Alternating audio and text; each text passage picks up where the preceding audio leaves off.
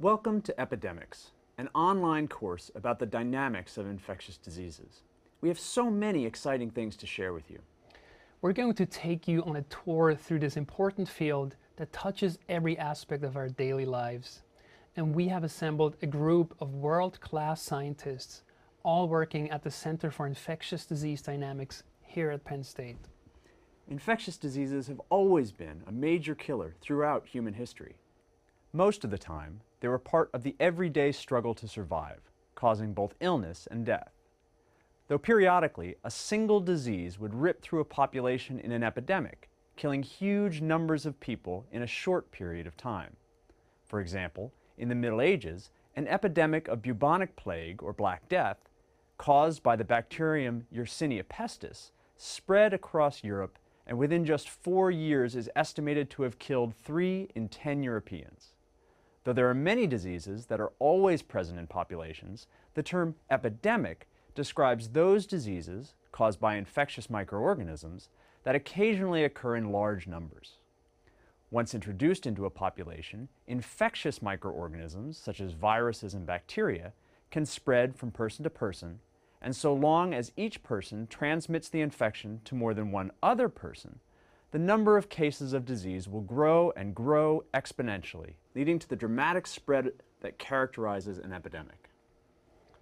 The term infectious disease is actually a bit of a misnomer. It is not the disease that is spreading, but rather the organisms that cause the disease. The term is here to stay, of course, and it's a good reminder that there are diseases whose underlying cause cannot spread from person to person. For example, diseases that have genetic causes or diseases that are due to toxins in the environment. But even diseases that most people wouldn't think of as infectious diseases can be caused by transmissible microorganisms.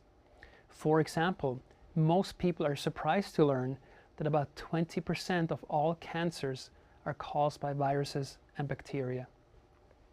Moreover, not every infection always causes disease. Disease, when caused by microorganisms, is always an outcome of an intricate interplay between the biology of the microorganism, the biology of the host, and the environment. For example, Matt and I could be exposed to the exact same virus, yet one of us might develop a disease with all its symptoms, while the other one will stay perfectly healthy. Nowadays, because of improved sanitation and medical treatment, infectious diseases don't pose the same kind of everyday threat that they used to. At the beginning of the last century in the United States, infectious disease caused 800 deaths per 100,000 people every year. Clearly, modern advancements have drastically reduced the likelihood of death due to infectious causes, though individual epidemics, such as the 1918 influenza pandemic, are stark reminders of the potential consequences of infectious disease. But make no mistake, left unchecked, microorganisms would kill us by the millions.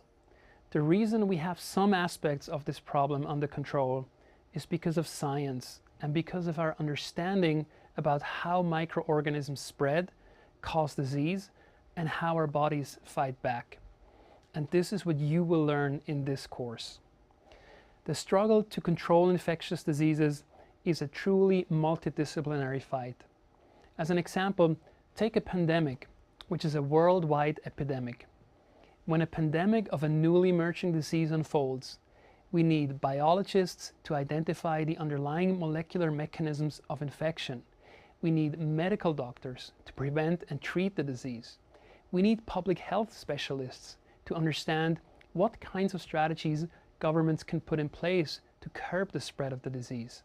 We need communication experts to understand how to disseminate information through various media channels. And in this day and age, we'd want computational scientists to make use of the latest technological advances in mobile computing so that we can monitor the situation in real time. And once we have a disease under control, the fight is not over. The microorganisms that cause diseases are not static. They're biological organisms subject to their own struggle for existence, and they are constantly changing in order to survive in the face of the changes that we impose upon them. we see this struggle for existence in the development of resistance to the drugs and vaccines that we employ to prevent disease spread. For example, the rise of antibiotic resistance is a direct consequence of evolution in bacteria in response to the drugs that we use to treat them. The sobering truth is this: the fight against infectious disease will never cease to exist.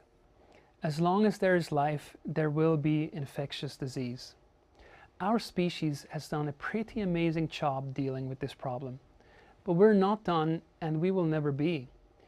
But unlike our ancestors who had to resort to superstition, black magic, and mythology, we can rely on science to understand what it is that makes us sick, how it spreads, and how we can stop it. Our goal in this course is to share with you what science has uncovered about the spread of infectious diseases.